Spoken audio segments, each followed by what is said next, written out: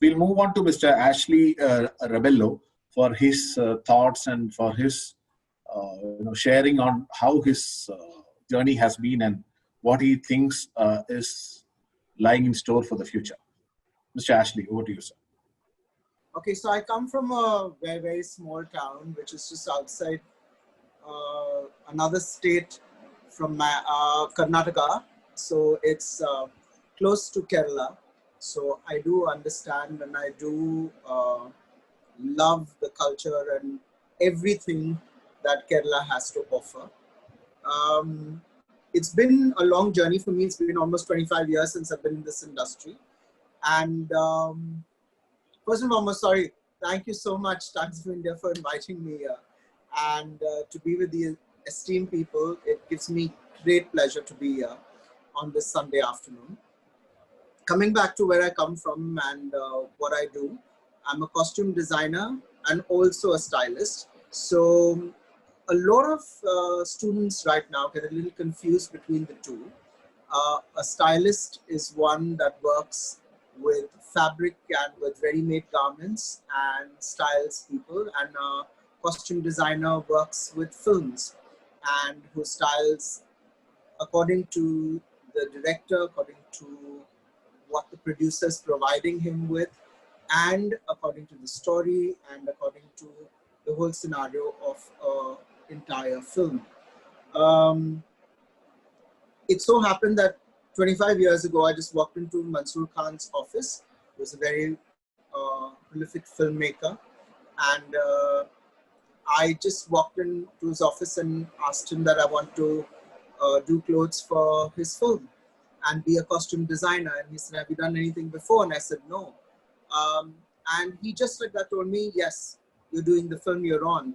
So for me, I asked him, I said, what is that one thing that, really caught your attention that, that you wanted me as your costume designer? So he said, Ashley, when you walk through that door, he said, the amount of confidence that you have, that is something that I really like to do. Even though you did not know your skills, even though you did not know much about the industry or about costume designing, you just had so much of confidence that I felt that this is the right person for me to start my first film. So I got my first film just like that. But it was a tough journey from there on because I thought everybody worked like Mansoor Khan, but nobody did work like Mansoor Khan. So I started scampering around, doing lots of things. And the first film released and I thought, wow, it's become a big success. And people would call me day in and day out to style their films. But trust me, nobody called me. So it then happened that I started doing production. And on a production film, I just then met Ravina Tandon. And it so happened that we started working with each other. And I went back to costume designing. Today, there are different career options in costume designing and styling and in so many, aspects of fashion. I remember when I wanted to start off and, actually wanted to go and do a course in NIFT and I couldn't afford it. And of course I didn't get in, but in today's day and age, NIFT calls me to give guest lectures. So it's ironical. You never know where your dreams lead you to. So I believe that if you have the will and the power, and like once my mom said, start small, but think big. So if you think that you can make it, then there's nobody really stopping you. And I also believe that you make what you are. So it's up to you to decide who you want to be and what you want to be. A lot of people told me that, oh, it's, you're just going to be another tailor. So I said, there's nothing wrong in being a tailor, but I design, so it's different from actually tailoring because I design the clothes and then give it to a tailor who then stitches it for me. The same thing went with even my parents, my relatives who kept saying, oh, your son is just going to be another, I don't know what he's going to do. So he wants to become a fashion designer, but what is his career option? So I said, no, that's my career. And they would be like, no, but so you want to be a fashion designer, but what are you going to do? Are you going to work in a bank? Are you going to become a doctor? Are you going to become, what are you going to do? So I said, no, that is my career. And that's what's going to, earn the money for me. And that's something that I really like doing. And today, in fact, I have the same people, congratulating me every time they see my name anywhere. And they're like, wow, you made the Rebello's name proud. So this is an appeal, especially to parents, that in today's day and age, there are so many career options, and let your children choose what's right for them. And I believe that if they choose what's right for them, then they're on the right path of, then rather, doing an engineering or a doctor's job and then, giving up after 2 years and thus denying somebody who actually wants to become a doctor or an engineer. So I feel that in today's day and age, we are so with this emerging, global, where everybody is coming together just in a click of a button. Everything is so accessible. And so I feel that, something like this is so creative and so wonderful. You get to create so many different kinds of clothes. You get to create so many different kinds of, especially in costume designing. I feel I can go anywhere that I want to. I can get into a fantasy world. I can get into reality. I can get into something that's 80s. I can go back in time. And that is fantastic, because where would I get a career that would take me to all these places and also help me work and learn at the same time? It is a glamorous job.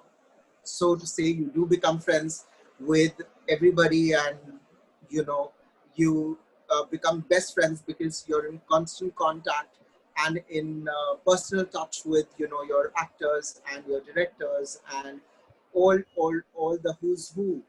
So it is extremely glamorous, but it's really hard. I mean, I work 24/7, and it's really hard working, because I don't get to sometimes spend most of my holidays with my friends. I don't get to spend Christmas with my family mostly. I don't get to spend Diwali with anybody, so I'm working. So even this Diwali I am working, because we're starting a new film. It happens to be on Diwali. So I believe that parents should just allow their kids to do what they want to, and it's an opportunity for them that is in the creative field. So thank you so much, and we'll catch up later on the question answer session. Thank you, Mr. Ashley. Thank you for that very inspiring session. In fact, the way you said that, I agree to what your mom said. Start small, but think big. Start somewhere. So that is something which was very inspiring, I would say. So the next speaker, I think I in the confusion, I left out to introduce Mr. Eldo. Mr. Eldo has always been a people's person, and he does not need an introduction to the academic and the training side in this part of the world, but being a duty bestowed on me, Mr. Eldo Kuruvilla is a founder of Vedatma. You can also see Vedatma is also a joint organizer of this Confluence. He has a BA degree in economics from St. Stephen's College, the Eli College in Delhi, and an MBA from Griffith University in Australia. After which he worked with Arthur Andersen, which is later became Ernst & Young, and also Oracle Corporation in Bangalore. And from 2003, he has been a Cochinite, and he is an entrepreneur working in working with Vedatma. And of course, his interests are as diverse as education to say tourism, mining, real estate, and agriculture. He has also been a guide and helping hand to many people in terms of helping them to choose a career. He's a certified psychometric career assessor. He's also been part of this Myers-Briggs type indicator assessments, and he has very strong inventory, and he has a trained set of people working in that psychometric test and analysis area in his offices in Bangalore and in Cochin, they undertake various career counseling sessions for students, and I'm sure Mr. Eldo, as part of this panel, can add value to what other speakers are saying, and can be a cherry on the icing as to how personality traits can be guided to various career aspirations. So over to Mr. Eldo Kurula, your session, sir. Thank you. Thank you for that introduction. I think I'm the odd man out, as you were just mentioning.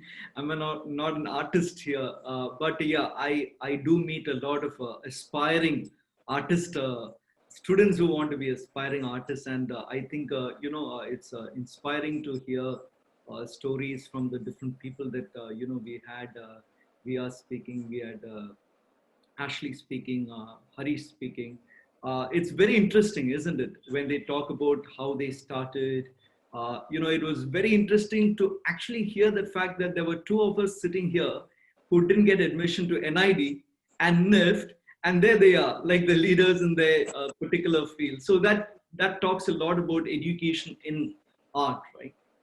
See, I think as a career counselor, it's always very difficult when it comes to counseling kids who has that artistic inclination. And I say that for a reason, because aspirations of parents always play a kind of spoil sport in the whole thing, right? Because I mean, can't blame, because the monetary thing comes into play, the job security comes into play, the job security of, or the security of a monthly paycheck comes into play. When all this is lacking, it's very natural. It's very natural for all the parents listening also. It's a very natural phenomenon to be scared. And I want to, give that first, that it's very natural to be scared. But at the same time, understand the world is changing. Understand, there are a lot more things happening in the world that, they're undergoing a lot of changes. Not only we are faced with unprecedented changes now. Both in terms of technology, both in terms of whatever we are facing now with COVID. Obviously, in the world of art also, a lot of things are a lot of things changing, a lot of things are being born, a lot of new fields are being created. Actually, even with technology, a lot of new fields are being created in the world of art. The issue here is, I think parents should learn to step back and let the kids pursue what they want to do and not be too worried about that monetary thing. See, what I want to convey here is there are two things here. One is professional satisfaction. Equally important is that personal satisfaction. See, a lot of us miss out on that point. See, to be happy in life, if education and occupation is all about happiness, then it should be weighed in both the professional satisfaction as well as the personal satisfaction, because you could be earning a lot of money, but if you're not, if you're not personally satisfied in what you're doing, trust me, not only it'll reflect somewhere on the job, it'll lead to chaos. You're not living a full life, as to say. It's as important as that. So my best advice is, you need to learn to balance that. And us as a company, Vedatma, how we come into the picture is we do psychometric assessments.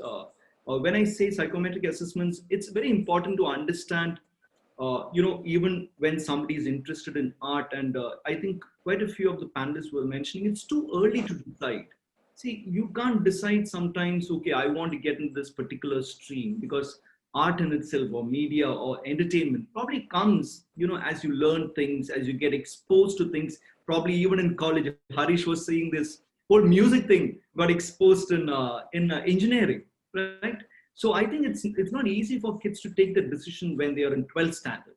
So I think what is important is parents to understand that not to pressurize them to put them in silos. There are no silos in art. There's no silos in entertainment. They'll get exposed to the world and decide, but let them be, because ultimately they need to understand, parents needs to understand that the personal satisfaction of the students is important. And when things are working out, yesterday we had a very interesting session where Professor Debashish from IIT IIT Kozhikode said that it's the oldest advice in the book, but which is very wrong. Don't follow your passion. So we are all very shocked. What is he saying? Don't follow your passion. But here, what he was trying to convey, and I think it's a very important message: follow your passion, but understand all the other things that fit into following your passion. Because passion is just interest, just one component. Interest will keep changing as you get exposed, maybe in college, when you start working, but you should have the other aspects also sorted. And this is where psychometrics also come in. I want to tie in that, like who you are. Who are you as a person? Are you suited into certain kind of streams that you're getting into? So in the world of art, I can easily say that most of the art fields doesn't come with a paycheck, monthly secured paycheck. So are you a risk taking kind of a person? Are you okay with that risk taking? Or if the student is a risk averse person, is that good for the student to get into a field of art? There are these very deeper inner questions that needs to be answered to understand the kind of personality you are, what your personality is, how it is suited to certain kind of careers. And we have a lot of research that has been done of matching certain personality types to certain careers. And when I say research has been done, I'm talking about internationally, and I'm talking about decades of research. So all these things will actually help a student, take that early decision on into what kind of artistic or entertainment or media careers, because it's a big world out there when it comes to a lot of specialization, and it's not easy. See, it's very easy choosing probably engineering and being a doctor, but when it comes to the world of art and entertainment and media, it's big. And these kind of choices has to be done understanding what you want to achieve in life, understanding who you are, how you are suited to certain careers, and all this can, psychometric assessments can help in this. That is what I really wanted to convey. And also just want to stop, end this point by saying that the focus on education, students cannot choose sometimes after 12. So I think liberal arts education is something that should be focused on now. And I think I'm glad that a lot of private universities are actually cropping up, starting with Ashoka, Azim Premji. Traditionally we had your NIDs, NIFT, you had a lot of architectural colleges, you had for economics, you had obviously the prestigious Stevens colleges and presidency, all that. But newer liberal arts specialized colleges are cropping up, your Flame University, Ashoka University, where you don't need to choose. You don't need to get into that silos. You can actually, weigh in your options being in the first year of college, and still have those options going. And I think liberal arts will really help as it's picking up in this country. A lot more colleges are coming up, and the awareness of that is coming up. And I think that is definitely going to help such aspiring students who doesn't want to, go into the older, well-established fields like, engineering or doctorate or, whatever, few careers that is mainstream, but want to get into these alternate careers. It'll give them time to choose. And I think liberal arts education is something of a boom to this country. Yeah, probably that's, I'll take the questions later when it comes. Thank you. Thank you, Mr. Eldo. That was again revealing. I'm sure a lot of parents who are listening to this session would actually find that liberal arts education is also an option from your words of wisdom. In fact, your talk was reminding me of that old adage which says some people are so poor that all they have is money. So if you if you sacrifice your passion for the sake of money, probably that is where people may be ending up. So yeah, we'll move to Sanjay, the very famous Sanjay Bobby duo. Sanjay, sorry Sanjay that we have been keeping you waiting so long. Not at all, not at all. Yeah, please sir. You can hear me, right? Yeah, sure, we can. Hi everyone, thank you for having me and thank you for the introduction. I think I'll just add to that. This is a kind of self-introduction without the encomiums, of course. Uh, that will be my prescription, I think. I was born into the world of movies. Actually, I was born uh, figuratively and literally into movies because my father was a producer. He is a producer, and my uncle, who was my father's brother, was a very busy actor those days, Mr. Jose Prakash.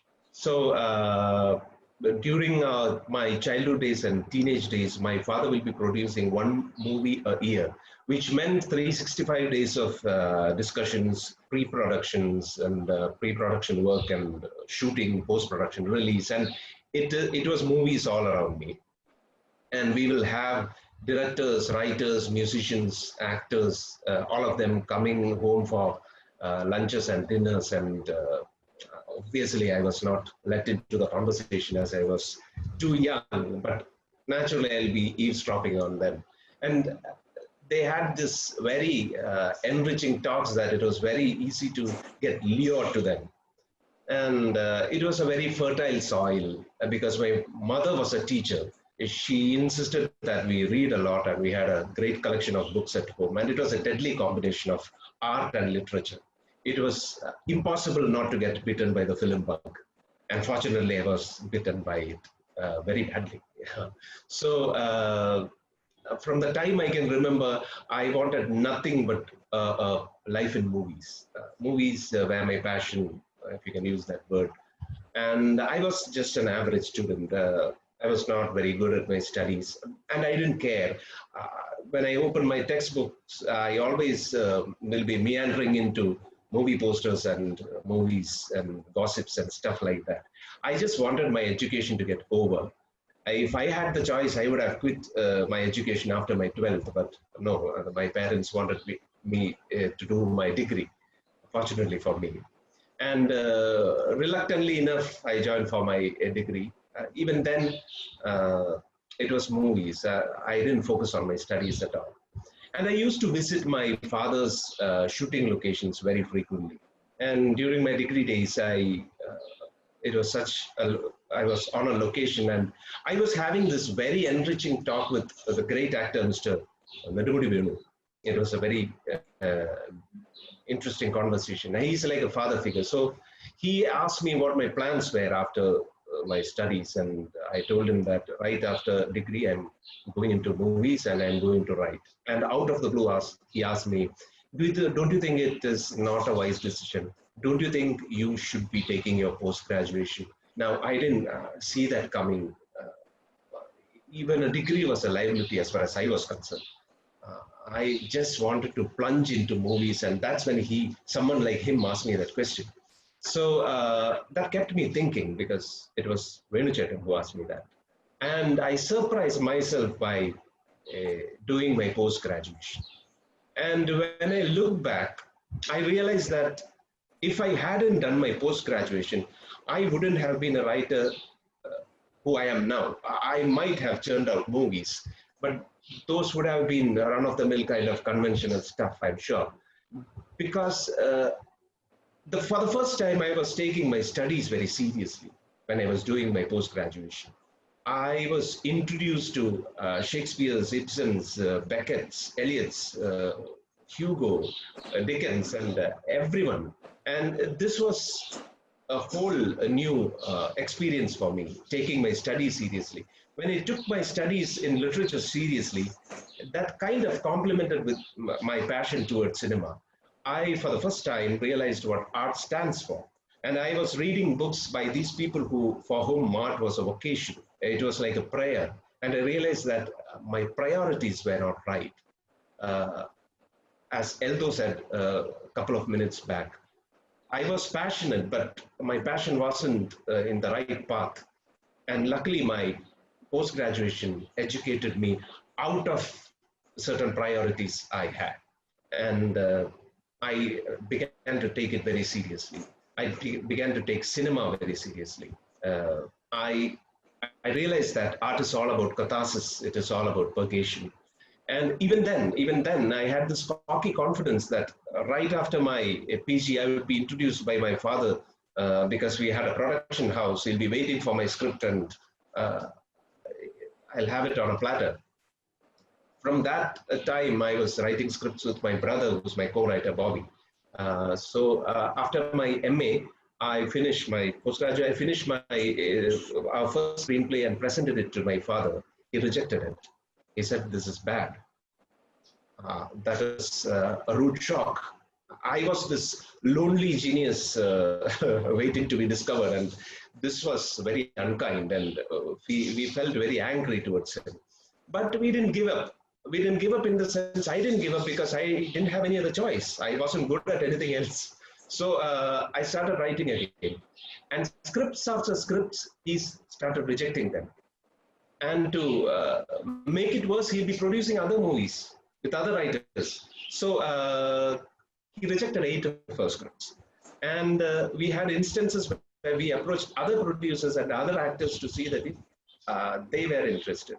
They were not, understandably so. They were bad.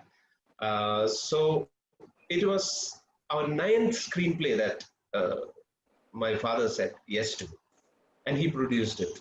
And fortunately for him and fortunately for us, it was a success. So it was a long journey. I thought I will come up with my first movie before I was 24 or 23. Like I had such a plan, but that didn't work. That is when I realized that any learning in art helps.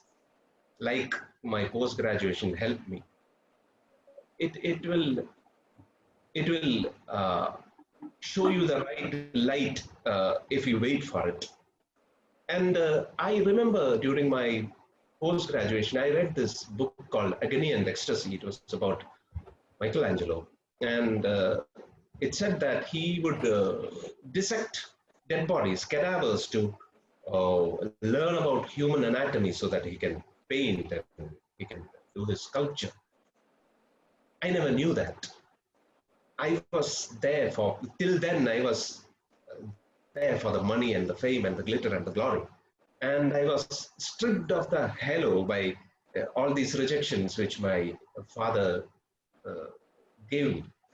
So luckily we had that first movie. It was a success, and after that, still it's a challenge. But yes, but the journey was tough and at the same time sweet.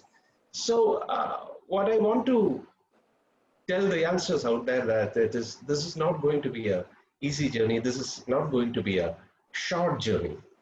You will have to wait for at least a decade to be an overnight success. So be ready for that. Don't sulk. Be ready for that. And those 8 screenplays, I don't consider them as my failures. I consider them as attempts. And they say that failures are footsteps. Failure is a footstep to success. And I believe that attempts are the footsteps to success. Thank you. Thank you, Sanjay. Thank you so much. That was very good. In fact, the way you put it, like you have to hard work at least for a decade to be an overnight success. I think that underlines it all, right? I believe people will understand where you're coming from. Yeah. So we move to last but not the least, we move to Mr. Apupan for his thoughts for his journey, and I'm sure he had a pretty good tough ride there to reach where he has, or rather, I'm sure the journey is continuing. Mr. Apupan, to you, sir. Can you hear me? Yeah? Yeah. Okay. It's been a very happy journey. I've been trying to find what I like to do. Thanks to all the sponsors and the lovely introduction and everything. I had a good place to start my thinking, I think. We were in the school where Sanjay and Eldo and all went to. Pallikudam, it's called now. We had this firebrand lady called Mary Roy who was running the show at the time. And she was pretty much a rebel. And she just, if you observe her, you understood what the importance of dissent was, like what Riaz was talking about. And I think it became part of the thinking right from the beginning to challenge anything or to question things and see, because most of the Christian church was outside our school, like protesting one play, you know, all kinds of things. And just because Mary Roy was a woman, like being authoritative, I think a lot of men in Kottayam especially did not really find it very pleasing. So there were all these conflicts that I was seeing, and any environmental issue, any domestic violence issue, we would have a street play. We would be out on the streets doing things. So I think we were sort of trained to understand that we don't, even though it did look like that at some point, that Pallikudam was an isolated unit. I think there was a lot of the surrounding coming in. And I don't know if you remember, Sanjay would do CID Ramdas Vijay sort of plays in school, and we used to watch them. And that's the only time when we saw that the Sanjay guy, he's actually like, he laughs and all. Otherwise, he looked very serious. You know, we're way junior. We don't know at the time. But this idea of you know, finding your own path and following the passion in a nice way, not like the other way that Sanjay was talking about, but that was already put into us if you just observed what was happening around us. So we were very lucky that way. Like there was a lot of that background in school.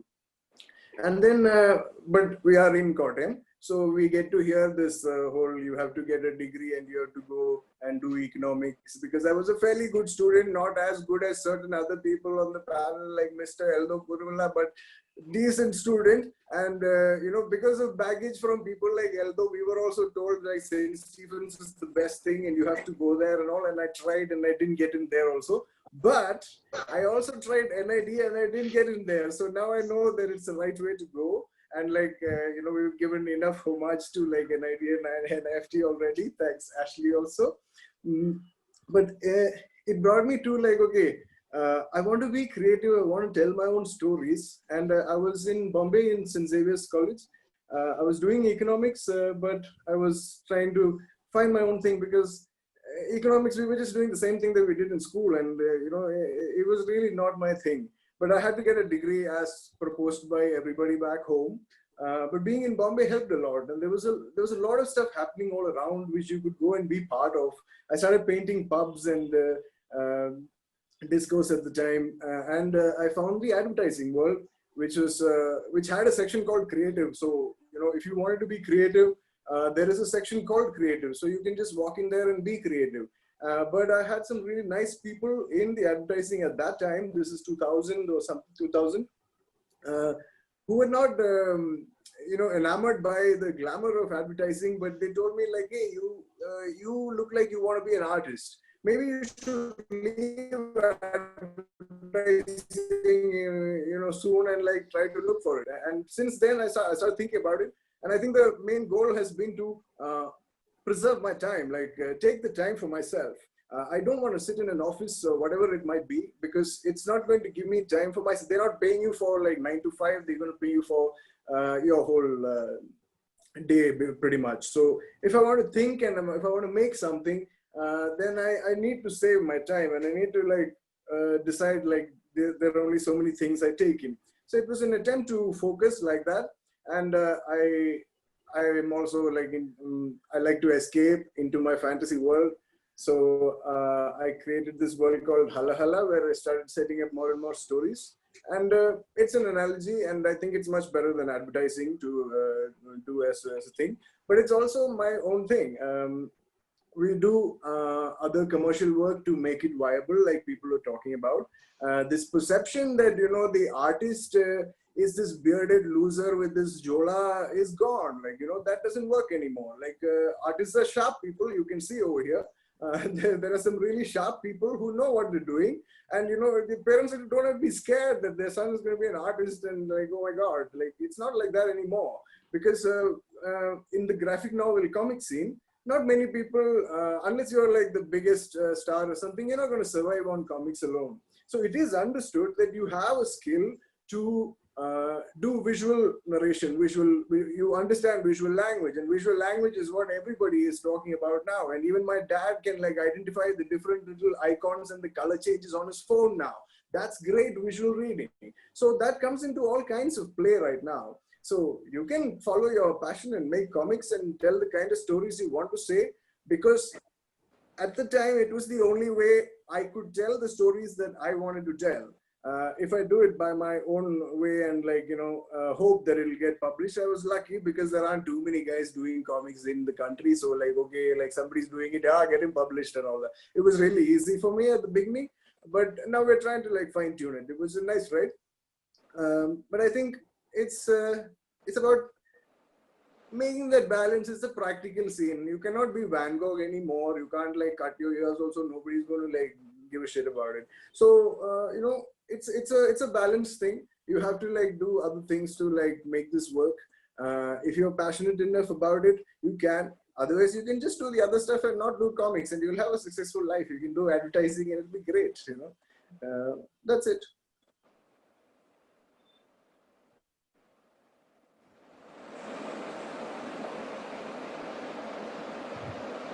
Yes. Yeah. Thank you, Mr. Apu.